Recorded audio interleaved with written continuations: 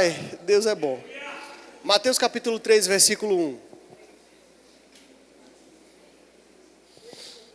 Mateus 13, 1.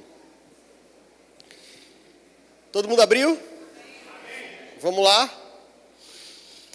Diz assim: naquele mesmo dia, saindo Jesus de casa, assentou-se à beira do mar, ou à beira-mar, e grandes multidões se reuniram perto dele, de modo que entrou num barco e se assentou. E toda a multidão estava de pé. Amém. O pessoal de trás está dando para ouvir daqui. E toda a multidão estava de pé na praia. Versículo 3. E de muitas coisas lhes falou por parábolas e dizia: eis que o semeador saiu a semear. E ao semear, uma parte caiu à beira do caminho, e vindo as aves a comeram. Outra parte caiu em solo rochoso, onde a terra era pouca, e logo nasceu, visto não ser profunda a terra. Saindo, porém, o sol a queimou, e porque não tinha raiz, secou-se. Outra caiu entre os espinhos, e os espinhos cresceram e a sufocaram. Outra, enfim, caiu em boa terra e deu fruto, a 100, a 60 e a 30 por... Aí ele termina dizendo: quem tem ouvidos para ouvir, ouça. Amém? Vamos lá comigo. Deixa eu descrever a cena melhor para você. Se você, assim como eu, tem um ouvido sensível e desconcentra fácil. O que a Bíblia está relatando aqui é o seguinte: Jesus ele chega na praia e a multidão vai atrás dele. E como eles começam a se aglomerar lá, ele resolve sentar no barco, porque você pode imaginar, naquela época não existia microfone. Você veja, eu estou com o microfone na mão, mas qualquer barulho que se faça, o movimento lá atrás, eu escuto aqui, desconcentra você aí e pode atrapalhar o que está sendo dito. Sim ou não? Agora você vem imaginar Jesus Cristo, naquela época, numa praia, ou seja, um lugar aberto. Aqui a gente está num lugar fechado. Ele estava num lugar aberto, com uma grande multidão cercando ele para ouvir ele pregar. Ele precisava estar num lugar onde ele fosse visto e facilmente ouvido. Amém?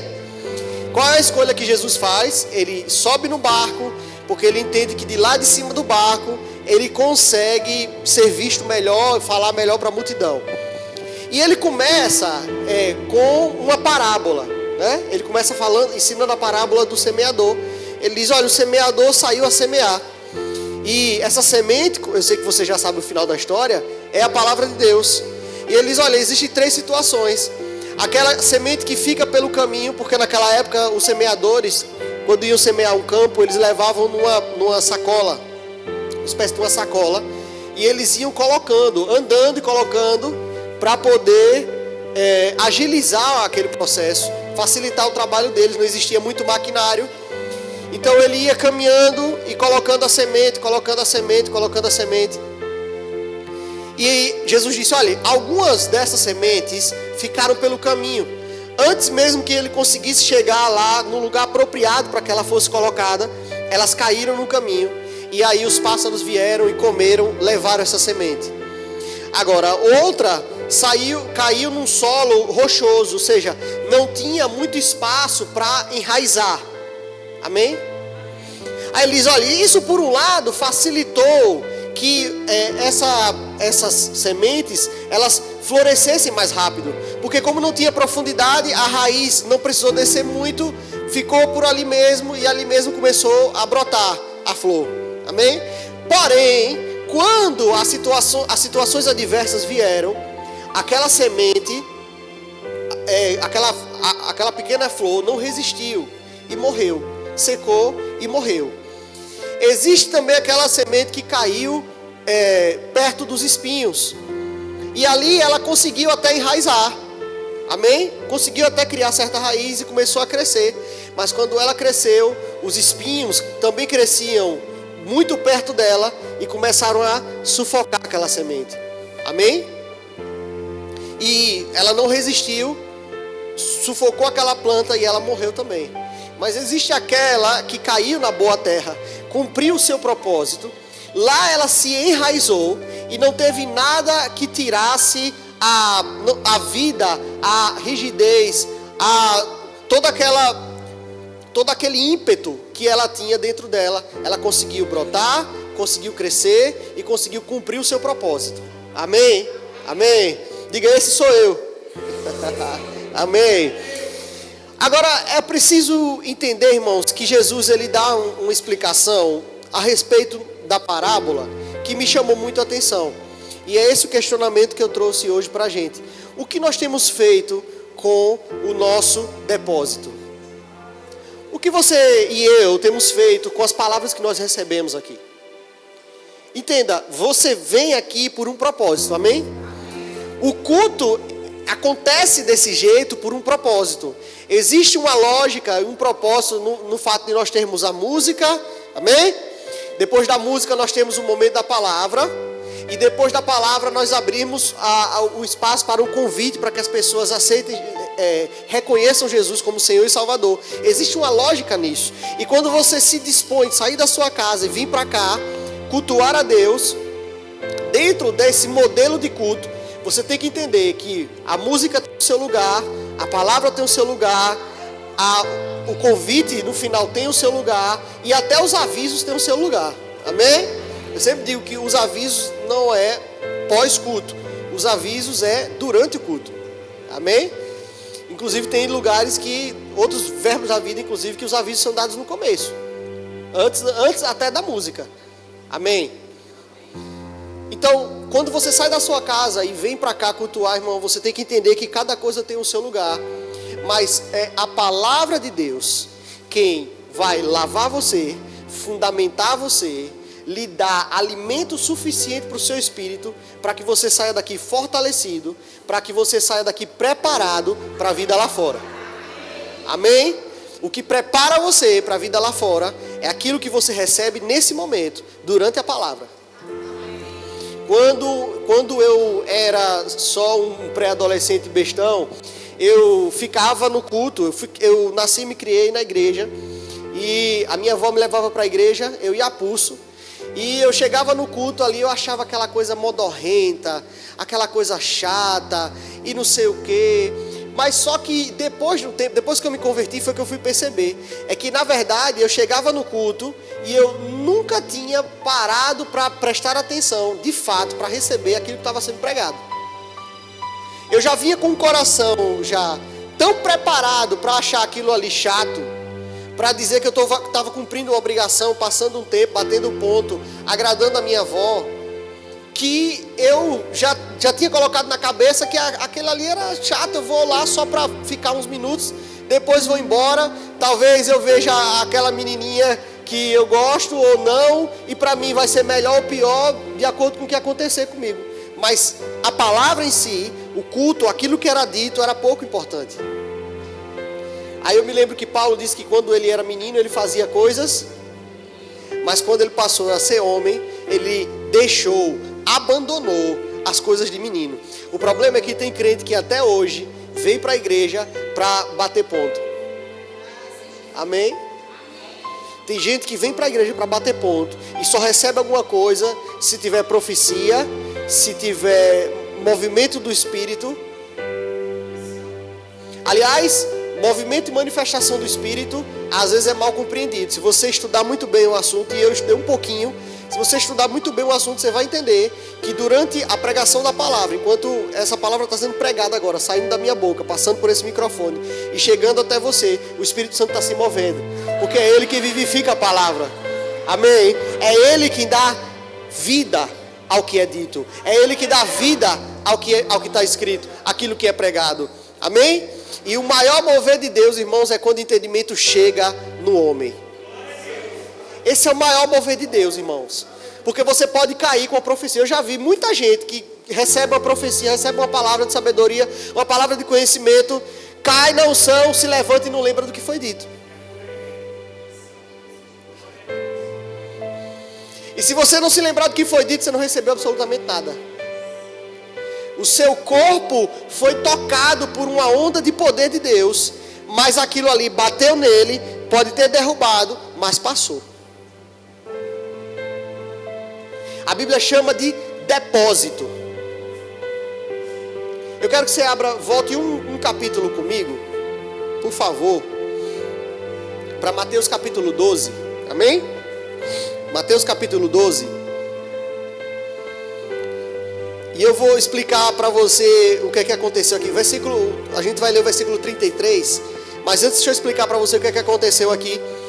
Jesus, ele chega no lugar e a Bíblia diz que tinha um endemoniado que ele era surdo e mudo. E a causa aliás, acho que era cego e mudo. Deixa eu me lembrar aqui, viu? Mas a causa da deficiência dele era, na verdade, que ele estava endemoniado. A Bíblia deixa isso bem claro, amém?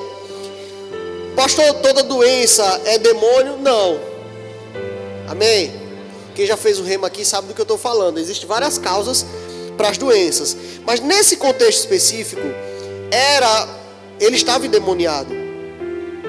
E Jesus foi lá e ele curou, expulsou o demônio e o rapaz ficou curado. E o que é que aconteceu? Os fariseus olharam para aquilo e eles disseram o seguinte: olhe, ele está expulsando o demônio com o poder do próprio diabo. Então ele está possuído por Satanás, que é o príncipe dos demônios, Beelzebu, que eles chamaram aqui. Ele está possuído por Beelzebu e através dele é que ele exerce poder e autoridade sobre os demônios. Porque era um escândalo naquela época alguém ter autoridade sobre o demônio. Você entende? Era a mentalidade do povo. E eles prejugaram, ou seja, como eles não conseguiam fazer, eles estavam dizendo: olha, a gente aqui, todos nós que somos doutores da lei, qualificados, não conseguimos expulsar, ele só pode estar conseguindo por meio do próprio diabo. E aí Jesus vai e começa a responder a eles que aquilo era blasfêmia, que a blasfêmia contra o Espírito Santo não seria perdoada, etc. Esse não é o nosso assunto do momento, amém? Aí aqui no versículo 33, Jesus continua falando sobre o que eles terem sido imprudentes na sua fala. E no versículo 33 ele diz assim: ou fazei a árvore boa e o seu fruto bom, ou a árvore mal e o seu fruto mal, porque pelo fruto se conhece a árvore. Aí ele diz aqui no versículo 34, preste atenção nisso. Ele diz assim, olha, preste atenção, irmão: raça de víboras, como podeis falar coisas boas sendo maus? Porque a boca fala do que está cheio o coração. E aqui na versão da Bíblia amplificada, a tradução é muito melhor. Diz assim: a boca fala daquilo que transborda o coração. Preste atenção que isso faz diferença. O que Jesus está dizendo é o seguinte: não é só a boca fala porque o coração está cheio daquilo. A boca fala porque o coração se encheu tanto que transbordou para os lábios. Vazou. Sabe aquele escapulinho do Chaves? Jesus está dizendo que tudo que nós falamos é exatamente aquele escapulinho. Transborda da sua boca aquilo que o seu coração está cheio. Amém? Aí logo em seguida ele diz assim, versículo 35. E é isso que eu quero chamar a sua atenção. Versículo 35 diz: o homem bom tira do tesouro o quê? Bom, coisas. Mas o homem mau, do tesouro mau, tira coisas. De que tesouro ele está falando aqui? De que depósito ele está falando? Do coração. Ele está dizendo: olha, você vai expressar com seus lábios, você vai expressar com suas ações aquilo que o seu depósito estiver cheio. Se o seu depósito estiver cheio de coisa ruim, só vai sair coisa ruim.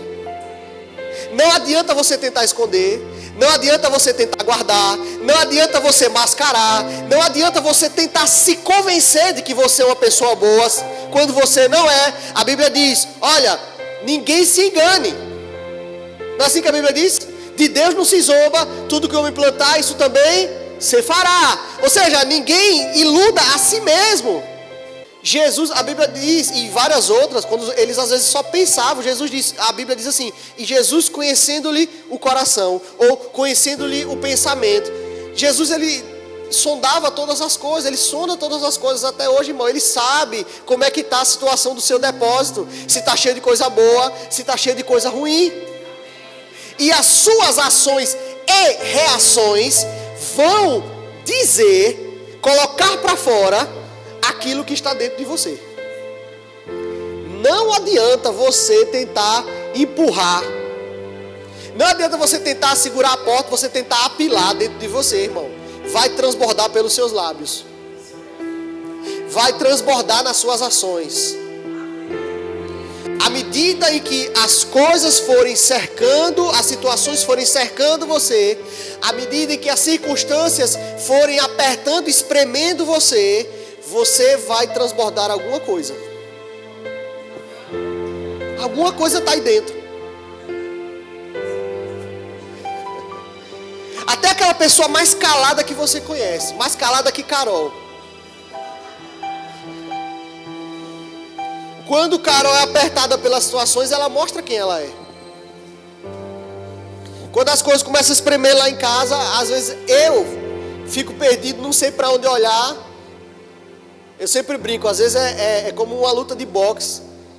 Você simplesmente leva aquele golpe, você está atordoado. Às vezes eu estou atordoado, irmão. Irmão, eu vou dizer uma coisa para você. Em 2 Coríntios capítulo 4, versículo 8, Paulo diz, na versão viva, ele diz assim, às vezes ficamos perplexos por não entender porque algumas coisas acontecem. Até Paulo ficava perplexo. Se Paulo ficava atordoado às vezes com os problemas, quem dirá eu, irmão? Amém? Às vezes eu estou atordoado e olho para ela, buscando uma palavra de fé, e ela tem. Isso não tem a ver, irmão, com a sua personalidade, com a sua criação. Isso não tem a ver com o seu temperamento, irmãos. Isso tem a ver com aquilo que tem enchido o seu coração, com o que você tem feito com o que você recebe. Você não pode chegar no culto, irmãos. Olha, a gente tem aqui profetas ungidíssimos. Amém? Amém. Maravilha. Você pegar a última vez que eu ministrei, você comparar com essa ministração, você vai ver que foram totalmente diferentes. Às vezes, irmãos, o Espírito Santo quer se mover no meio da tempestade, no meio do furacão, no meio do fogo descendo dos céus, mas às vezes ele quer se mover na brisa suave.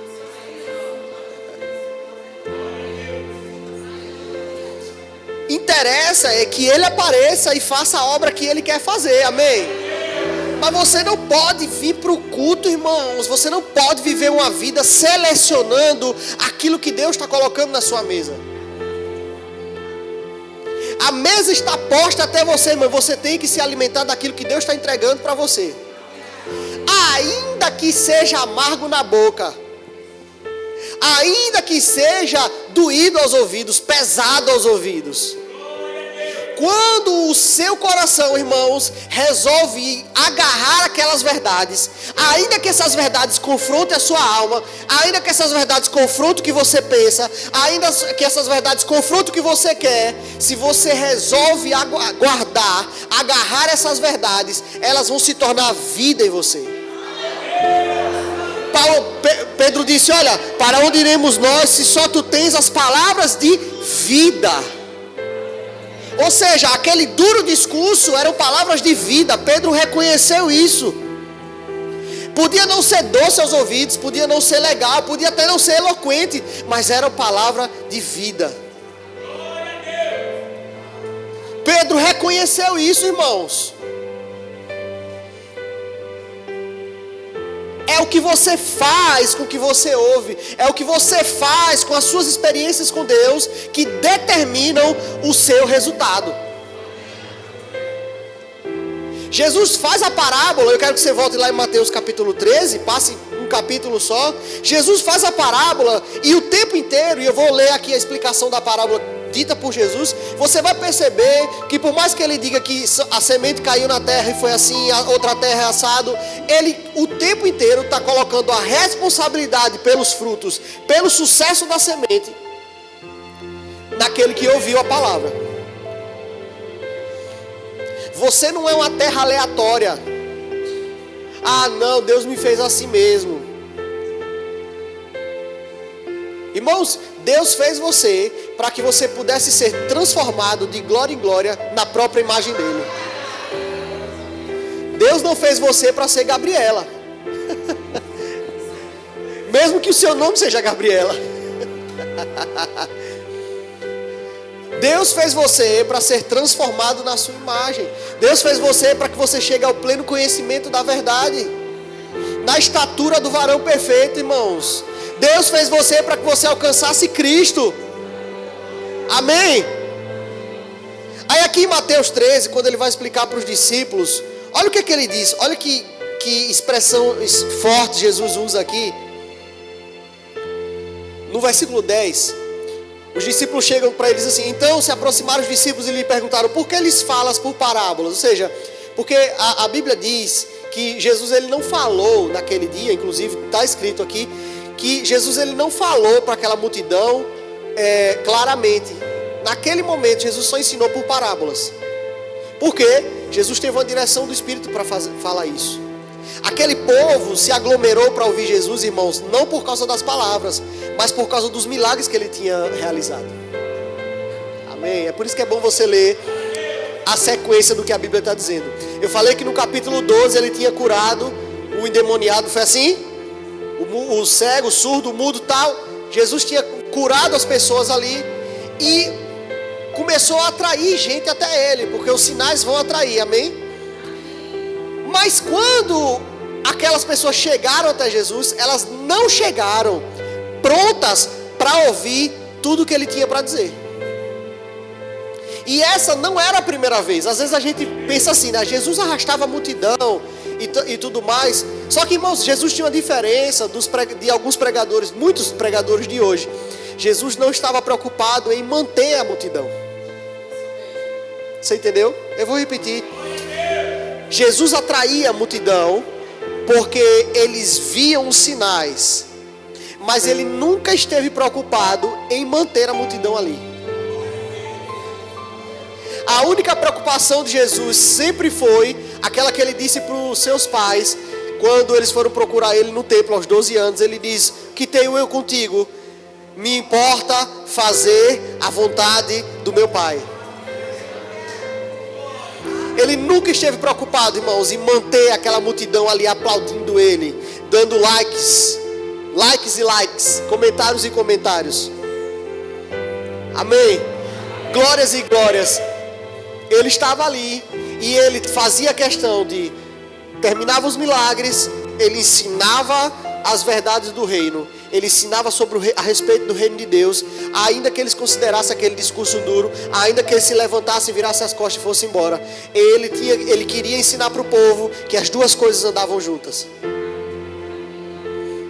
As bênçãos e os princípios andavam juntos, andam juntos. Amém? Eles são inseparáveis. E aí eles perguntam: por que você falou por parábolas? Aí Jesus ele vai e dá uma resposta interessante. Olha o que ele diz. Versículo 11. Ao que respondeu: porque a vós outros é dado conhecer os mistérios do reino dos céus, mas àqueles não lhes é isso concedido. Pois ao que tem se lhe dará e terá em abundância, mas ao que não tem, até o que tem lhe será tirado. Por isso lhes falo por parábolas, porque vendo, na verdade não veem, e ouvindo, não ouvem, nem entendem. De sorte que nele se cumpre a profecia de Isaías: ouvireis com os ouvidos e de nenhum modo entendereis, vereis com os olhos e de nenhum modo percebereis. Porque o coração deste povo, preste atenção no versículo 15, o coração deste povo está endurecido. O que?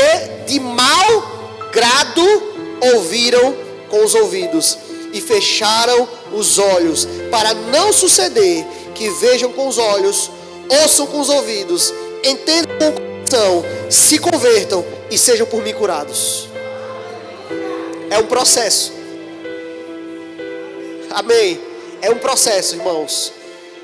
ver com os olhos, ouvir o que está sendo pregado aqui, receber no coração, tornar aquilo prática, se converter do que se faz de errado, para a partir de então ser curado, restaurado, tornar aqui curado, a palavra no grego também tem o sentido de tornar perfeito,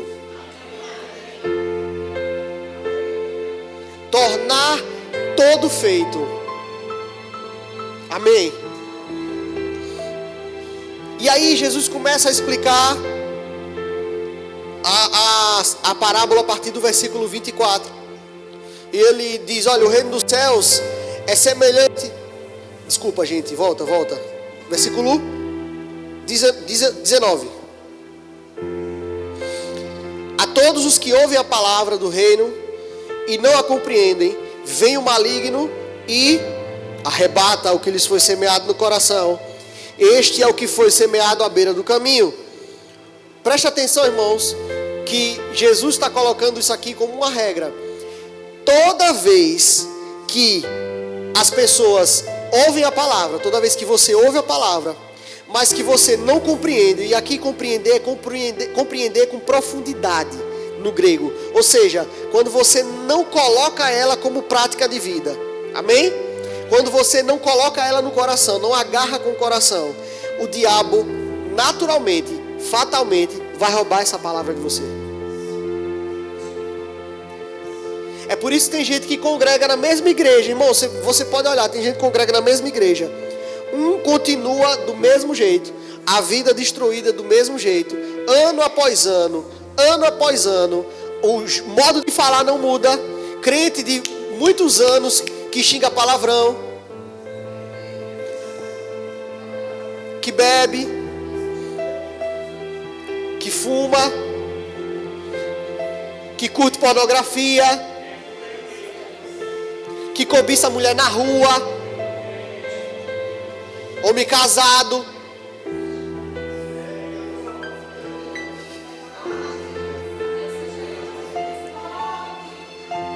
Amém. Pastor, o que eu vou fazer? Eu sou cego? Não, você não é cego, mas a Bíblia diz, não poreis os olhos em coisas más. Mas eu sou homem, a mente do homem já é assim mesmo, vê uma coisa e fica pensando, é verdade, mas Paulo diz que nós temos a mente de Cristo. Traga mais desculpa para mim. Aleluia. João Batista falando sobre joio, sobre trigo e palha, irmãos, tem um momento que ele diz assim, olhe, vá e produzam frutos de arrependimento. Ou seja, não adianta você vir aqui, ser batizado, João Batista já batizava, na verdade, você receber do batismo de arrependimento e você não produzir frutos desse batismo.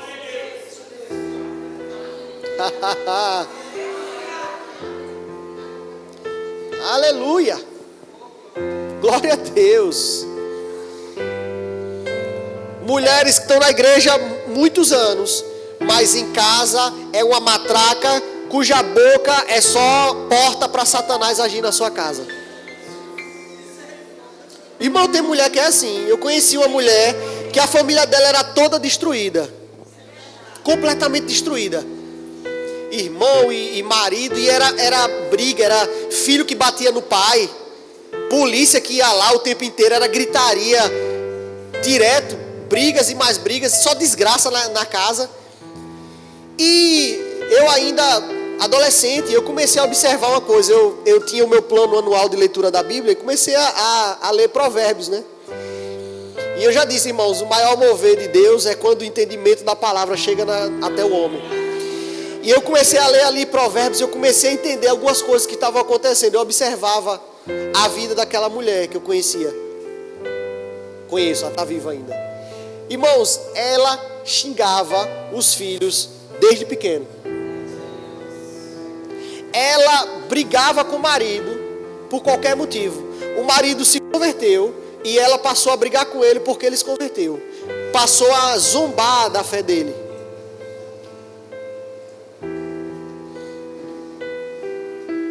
Amém? E não era alguém que não conhecia a palavra. Então, é possível, irmãos, que a gente esteja aqui na igreja, mas a gente seja exatamente aquela terra que deixa a semente no caminho e permite com que o diabo roube o que a palavra diz, o que Deus tem dito, o que Deus tem ministrado, o que Deus tem depositado aqui. Tem permitido que Satanás roube, e aí nunca vai brotar, nunca vai crescer, nunca vai sair do lugar, porque o coração é duro. Tem gente que busca na pessoa do pastor, do líder, os erros para justificar a sua falta de conversão. Eu já vi muito isso. Mas também o pastor é assim, o pastor é assado. Só que, irmãos, isso não tem nada a ver com a sua vida com Deus. Se eu tivesse, não é o caso, tá certo? Mas se o nosso pastor fosse um adúltero, um mentiroso, um ladrão, um sem vergonha, eu vou dizer uma coisa para você, irmãos. Você, se crer no que é pregado aqui, vai ser salvo. Se você agarrar e praticar, essa palavra vai fazer efeito na sua vida.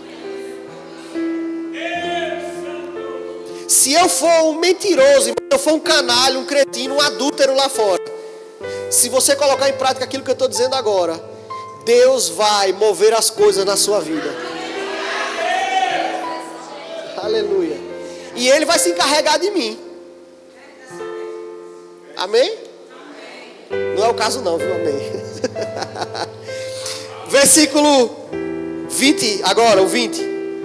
Diz: o que foi semeado em solo rochoso, esse é o que ouve a palavra e a recebe logo com alegria, mas não tem raiz em si mesmo, sendo antes de pouca duração. Ele, chegando à angústia ou à perseguição por causa da palavra, logo se escandaliza. Na primeira afronta que o diabo levanta, a pessoa cai, não está disposto a sacrificar. Sabe que eu conheci muita gente dentro da igreja assim também, que aceita Jesus até a página 2. Como assim aceita Jesus até a página 2? A pessoa aceita Jesus até o momento em que ela tem que começar a abrir mão de algumas coisas. É aquele que se entregou para Jesus, mas não muito. Você está entendendo?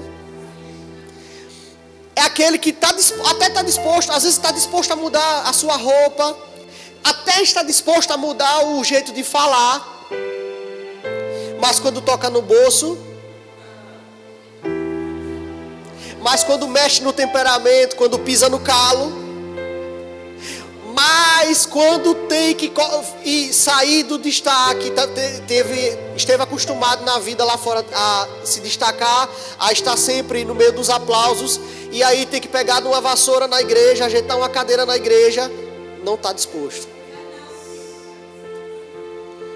O solo é rochoso, ou seja, a palavra não criou raiz. O fruto, aliás, a flor vai até brotar cedo, porque a pessoa recebeu logo, o solo é raso, mas não está enraizado o suficiente para frutificar.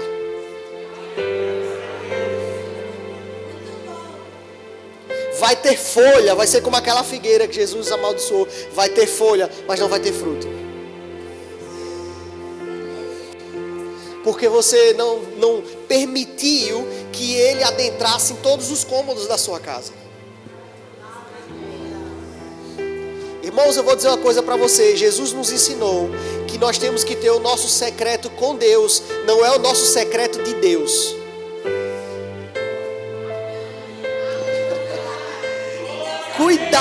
Cuidado, irmãos, para você não ter o secreto de Deus.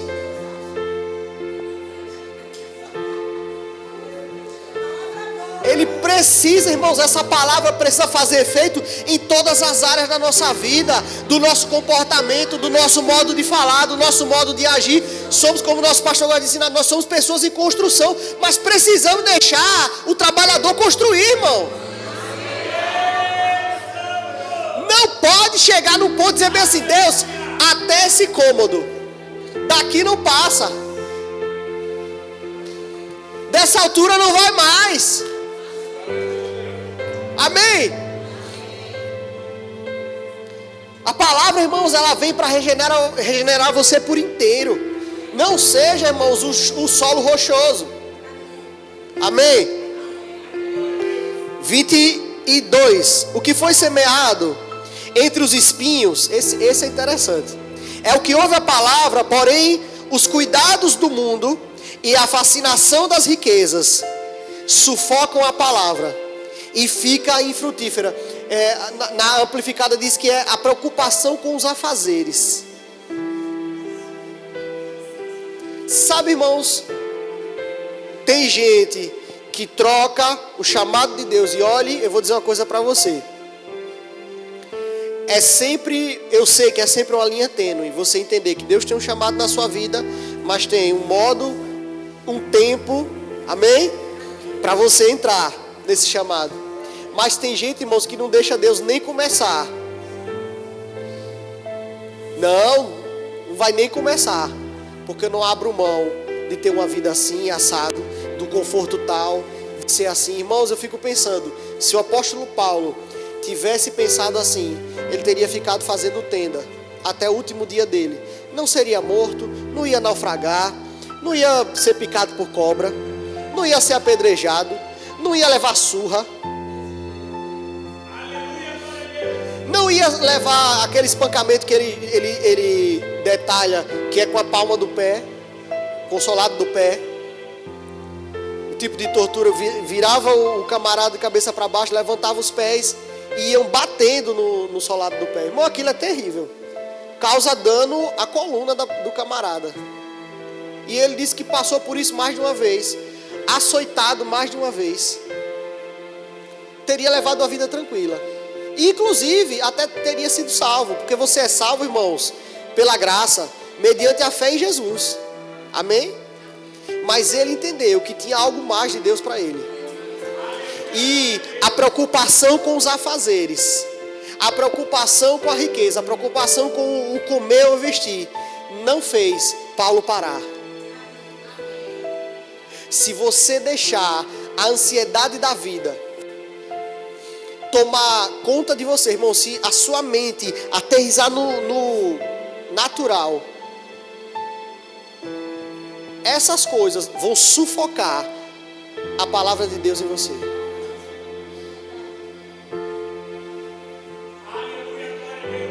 Tem gente que corre a vida inteira para ter uma carreira de sucesso, uma profissão de sucesso.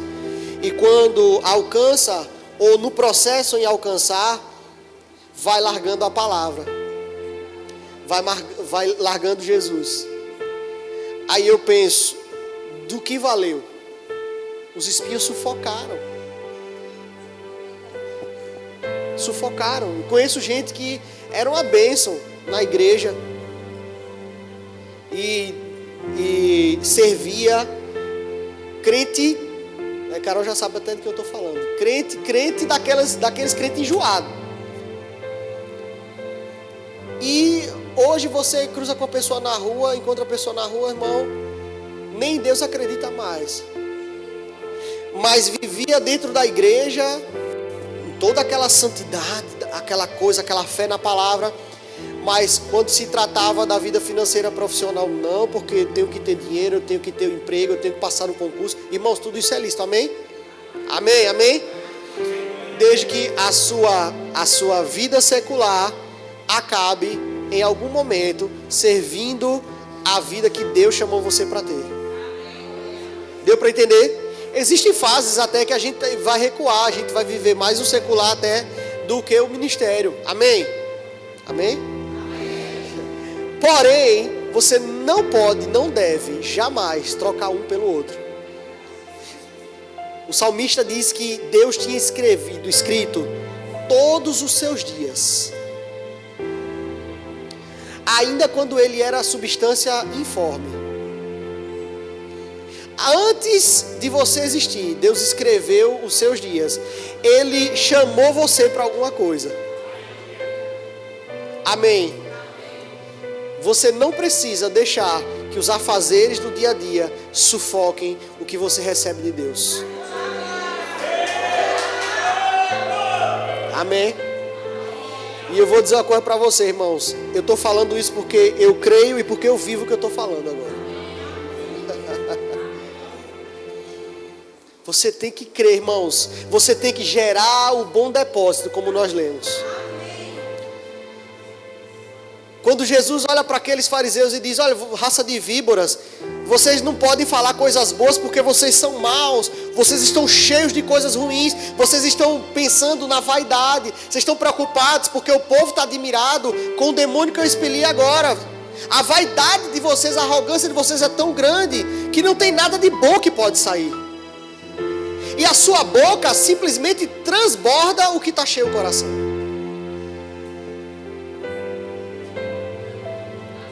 Você tem que estar preocupado, irmãos, em encher o seu depósito de coisas boas.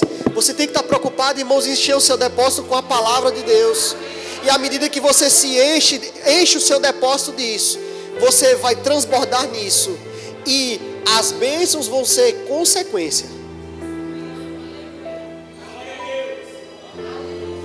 Eu saí agora da Câmara de Vereadores, recentemente, eu sei que alguns já sabem o que aconteceu, e eu recebi mensagem de pessoas inimagináveis, irmãos. Carol é testemunha. Recebi pessoas que não tinham meu telefone, porque não era próximo de mim no ambiente de trabalho. Procuraram o meu Instagram, porque o meu chefe me marcou lá quando eu fui vê-lo. Me procuraram no privado do Instagram para parabenizar o nosso trabalho, para dizer que lamentava que estava junto. Irmão, você pode dizer: ah, que besteira. Para mim não é, irmãos. Gente até daquele partido, aquele partido mesmo, você sabe. Você está pensando. Carol ficou, né? Carol ficou. Eu disse: ó, Carol, eu não esperava isso daqui. Mas sabe, irmãos, é inevitável. Você vai transbordar daquilo que você está cheio. E eu vou dizer uma coisa para você, irmãos. O ser humano foi feito para viver com Deus. Ele pode viver longe de Deus a vida inteira. Todas as vezes que algo de Deus, que uma palavra, um abraço, um sorriso, um trabalho, alguma coisa da parte de Deus entrar em contato com Ele, vai mexer. Aquelas pessoas podem até ter sido, alguns até beneficiados com a minha saída, mas eles entenderam que por algum momento, naquele breve contato que teve comigo no dia a dia, eles receberam algo de bom. Você entendeu isso?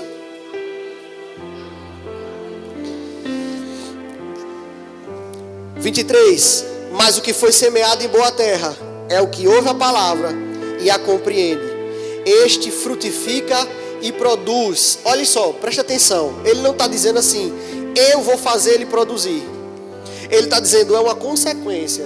Se você recebe daquilo que eu falo, se você pratica aquilo que eu falo, naturalmente você vai produzir a 30, a 60 e a 100. O que ele está dizendo? Em velocidades diferentes, em porções diferentes. Cada um tem um tempo, cada um tem um modo, cada um tem um celeiro de um tamanho. Mas uma coisa é garantida pela palavra, irmãos: vai frutificar.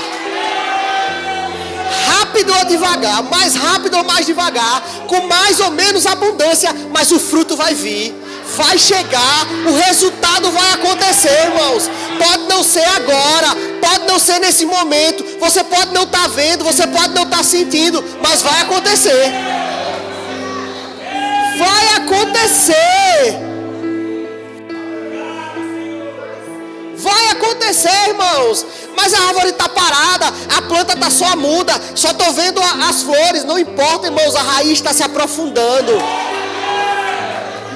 Enquanto a raiz se aprofunda, irmãos, fique no que Deus disse para você.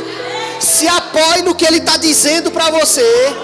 A raiz vai criando cada vez mais profundidade e firmeza. E eu vou dizer para você, irmãos, quando estiver pronto, assim como o salmista disse no Salmo de número 1, eles no seu tempo devido.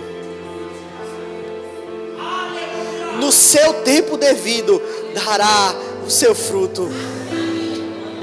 Não vai ser envergonhado.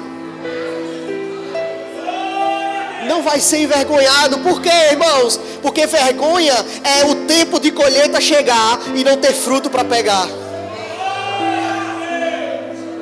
Porque aí você vai observar que a planta não tinha utilidade. A árvore não tinha utilidade. Amém? Aleluia. Eu vou encerrar com o próximo capítulo, para a gente encerrar, porque eu quero mostrar para você a sequência. Capítulo 12 de Mateus. Jesus expulsa aquele demônio, cura o surdo mudo e fala do bom depósito. Ele diz: olha, a boca fala do que transborda o coração. Amém? E aí chega o capítulo 13, ele fala mais uma vez a respeito de compreender a palavra, guardá-la e colocar em prática.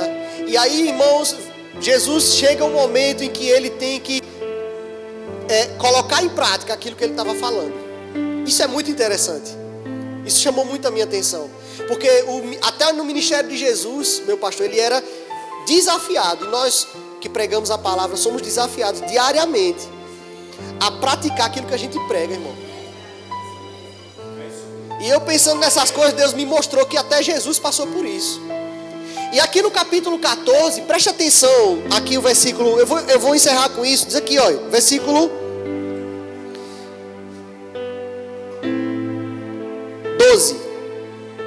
João Batista, ele tinha sido preso, decapitado, simplesmente para atender o capricho de uma mulher. Amém? Porque ele ousou denunciar um adultério. Agora eu quero que você entenda, irmãos. Versículo 12 diz que João Batista tinha sido morto, né? Aí a Bíblia diz assim: então vieram seus discípulos, os discípulos de João Batista, levaram o corpo e o sepultaram. Depois eles foram e anunciaram a morte de João Batista a Jesus. Olha só, irmão. Jesus está pregando, está exercendo seu ministério. Tinha acabado de acontecer essas coisas, tinha acabado de passar essas parábolas, e recebe a notícia da morte do seu primo, de João Batista, que Jesus tanto admirava. E olha só o que é que acontece. Versículo 13. Jesus, ouvindo isto, retirou-se dali num barco para um lugar deserto, à parte. Irmãos, eu vou dizer para você, Jesus ficou triste, porque ele tinha sentimento. Você está entendendo isso? Ele ouviu isso e ele se isolou para orar, acredito eu. E a multidão, sabendo que Jesus tinha se afastado, sabe, é aquele momento que chega na vida do crente, chega na vida do ministro, em que o ministério,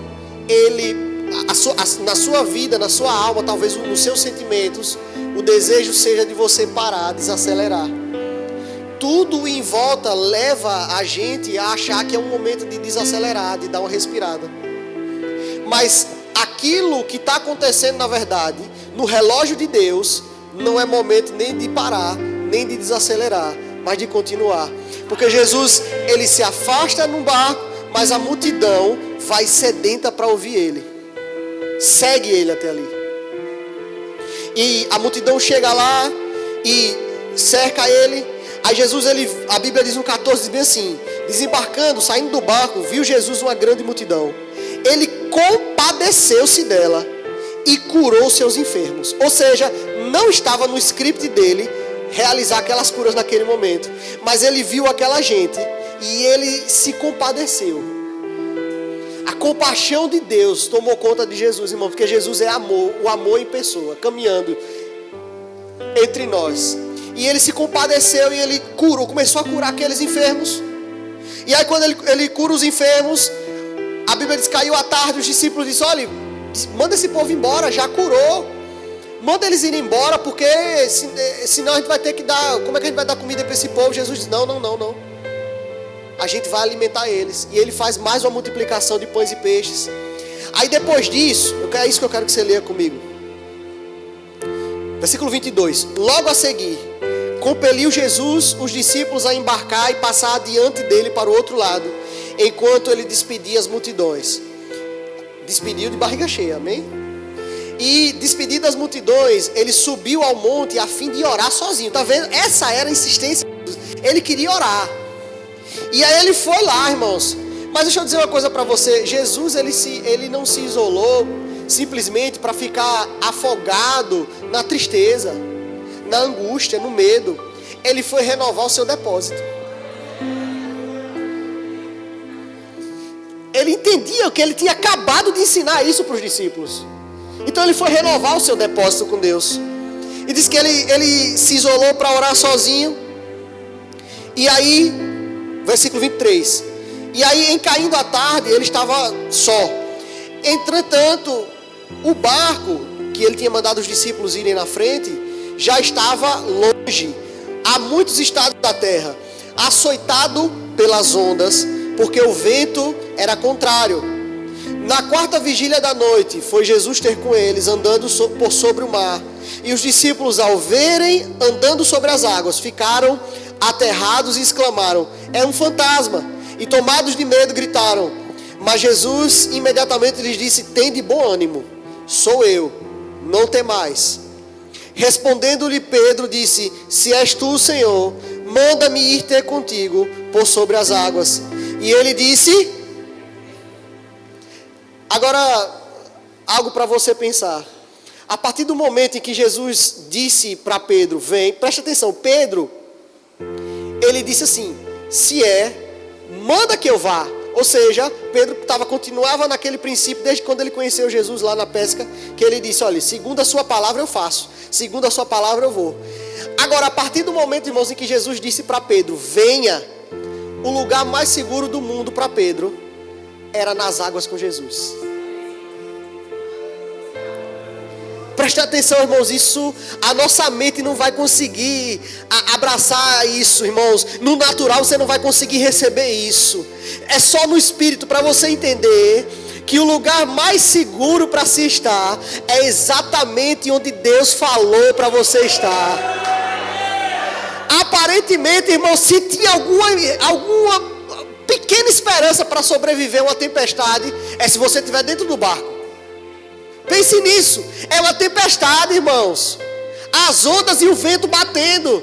Então o melhor lugar para você estar, naturalmente falando, era lá no barco, escondidinho, já procurando um jeito, pensando em como é que você vai pular dali, vai sobreviver de alguma maneira, se segurando ali como pode. Mas a partir do momento, irmãos, em que Deus fala para você: vem, você tem que ir. Largue o barco, largue a rede, largue a âncora, largue o que for preciso, mas você precisa cumprir aquilo que Deus está falando com você. Esse é o lugar seguro para se estar. Esse é o lugar do sobrenatural. Esse é o lugar da experiência que você não vai esquecer, irmãos. Se Pedro ficasse no barco e Jesus acalmasse a tempestade, ia ser mais um milagre de Jesus, ok, mas ele não teria experimentado a sensação do que é estar andando sobre as águas com o Mestre. Aleluia. Aleluia.